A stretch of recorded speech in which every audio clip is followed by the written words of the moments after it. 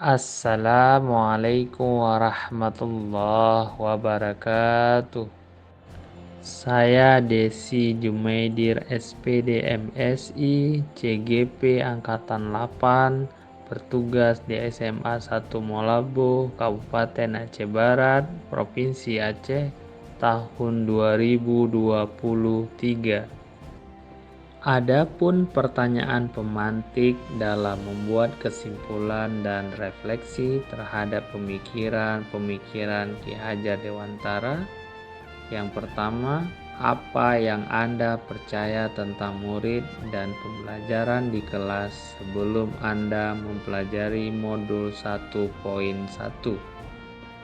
Saya sebelum mempelajari modul 1.1 mengenai refleksi filosofis pendidikan nasional, Ki Hajar Dewantara dulu masih berpikir pembelajaran terpusat pada guru. Saya sering menggunakan metode ceramah, diskusi, dan tanya jawab paling dominan di dalam kelas. Saya memberikan tugas yang seragam tanpa mempertimbangkan keragaman potensi murid. Ini salah satu video saya dalam praktek metode ceramah, diskusi, dan tanya jawab. Selamat menyaksikan.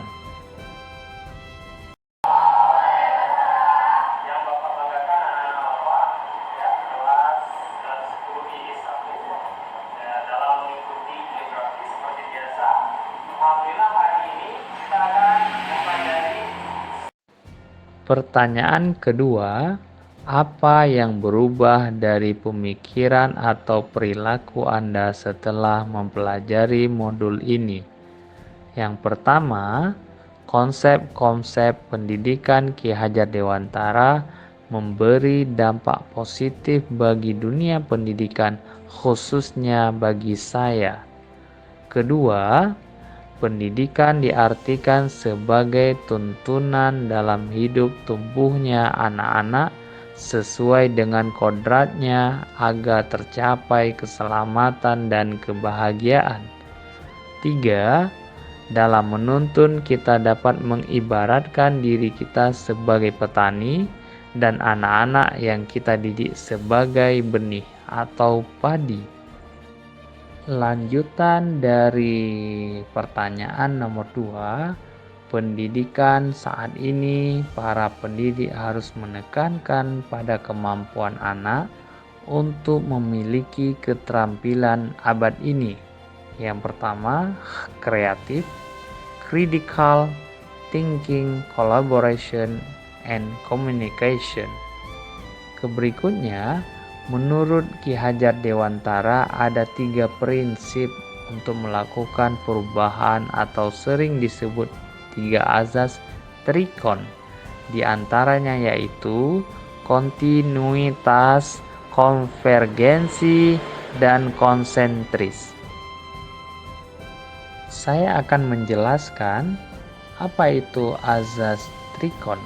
Yang pertama, azas kontinuitas, yaitu ketika belajar kita harus berkelanjutan. Yang kedua, konvergensi, yaitu pendidikan harus memanusiakan manusia dan memperkuat nilai kemanusiaan kita. 3. Konsentris, yaitu pendidikan harus menghargai keberagaman dan memerdekakan pembelajar. Jadi jelas sekali terlihat bahwa pendidikan itu memerdekakan manusia. Gambar di bawah ini yaitu gambar untuk mendukung jawaban pertanyaan nomor 2.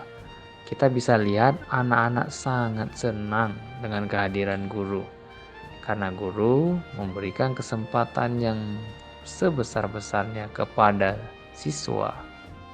Soal nomor 3, apa yang dapat segera Anda terapkan lebih baik agar kelas Anda mencerminkan pemikiran Ki Hajar Dewantara? Yang pertama, jawaban menurut saya harus mengubah mindset saya yang tadinya berpikir guru yang lebih dominan di kelas, tetapi ke depan harus siswa yang lebih maksimal terpusat. Kedua, menciptakan suasana kelas yang menyenangkan. Berikutnya, mengupayakan pembelajaran yang berpusat pada anak, lahirnya anak yang tidak hanya kompeten dari segi akademis, tapi juga berbudi pekerti yang baik. Kita tahu bersama bahwasanya semboyan Ki Hajar Dewantara ini menjadi kekuatan, menjadi semangat untuk melakukan sebuah revolusi mental atau perubahan yang besar kepada diri saya. Ini salah satu video saya buat sehingga siswa sangat nyaman, sangat senang dengan kehadiran pembelajaran di luar ruangan. Mereka sangat menikmati bisa mengkolaborasi antara teori dan praktek di lapangan.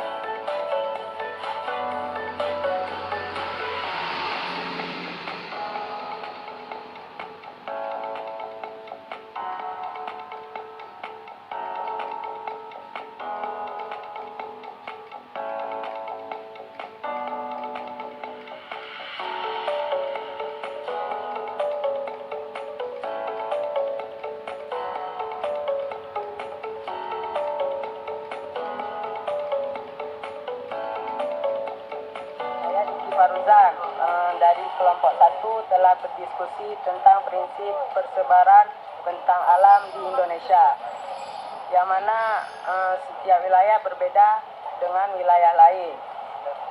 Contohnya persebaran flora dan fauna di Indonesia bagian barat dengan Indonesia bagian timur. Nama saya Rini Febriana. Setelah saya berdiskusi bersama teman-teman di kelompok 2 yang membahas tentang prinsip interrelasi, kami dapat menyimpulkan bahwa prinsip interrelasi merupakan suatu hubungan keterkaitan dalam ruang antara gejala satu dengan gejala lainnya. Jadi misalnya contohnya seperti gerakan penghijauan. Jadi gerakan penghijauan dapat mencegah terjadinya bencana banjir dan tanah longsor.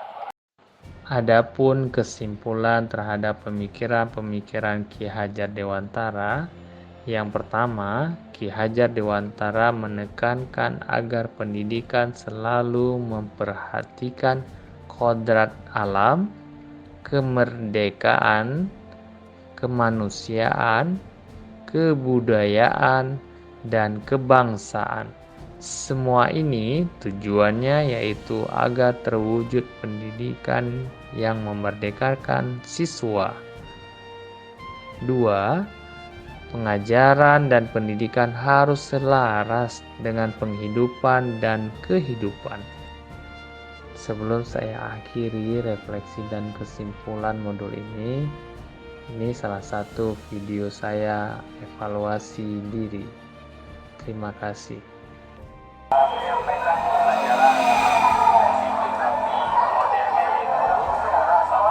Demikian dan terima kasih. Jangan lupa selalu salam bahagia. Billahi taufiq wal hidayah. Wassalamualaikum warahmatullahi wabarakatuh.